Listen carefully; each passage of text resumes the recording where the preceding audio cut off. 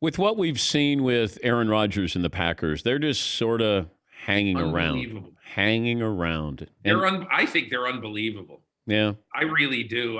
And look, I didn't mean to interrupt your question, but the more I think of what we're seeing in the Packers.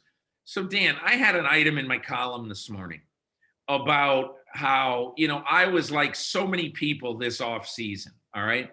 And I said, okay, the Packers are not going 13-3 again. yeah. They've got too many flaws and they didn't do a thing about their receiver position. And I'm not saying I thought they were a fluke last year. I didn't, but I just thought they would come down to earth a little bit.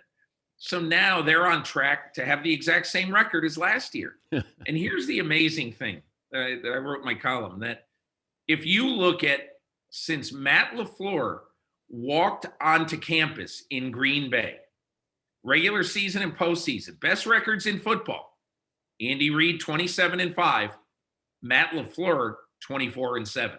He's second. And so, I mean, what we're seeing now is a program.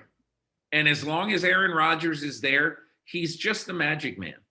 And as long as Aaron Rodgers is there, I think that he and Matt LaFleur have potential to make beautiful music. And I think Aaron Rodgers, after the game last night, Dan, I thought he said something really smart that I didn't even realize.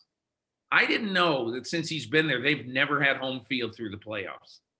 And they really want that.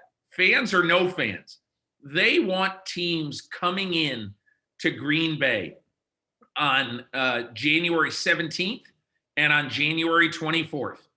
In fact, I think they would love it if it was a primetime game on that divisional weekend, just so that it would be colder and hopefully the wind would be blowing sideways. Well, also, you want to get a warm weather team, Tampa, maybe on the road. The Saints, a Yeah, dome team, get them on the road as well. sure. If Arizona, whoever it might be who's going to go there. And I know we love to do a referendum every Monday on MVP. And as much as Yeah, I've said it was Patrick Mahomes looked mortal yesterday. yeah. And I still go back and I still believe it. There's nobody who's made the position look easier than Aaron Rodgers. To Right. me, in the history of the game, he can make it look easier than anybody. That doesn't mean he's the MVP, but it feels like, it's starting to lean a little bit more that way with what you've seen with Aaron Rodgers. If you were voting, like the criteria you would have for MVP is what, Pete? I think it's the guy who is most invaluable to his team.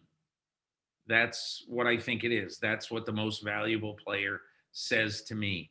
And hey, Dan, I've thought about this a lot, and I thought about it for a good 15 minutes last night. I sat in my office around 1 in the morning, and I really just thought, what did I want to say about the MVP this morning?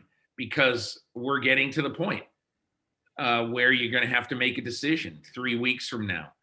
And I wrote, I think the MVP is pretty close to a Mahomes Rodgers toss up. And that's how I see it. I think it's the MVP is going to be won in the last 3 weeks of the season.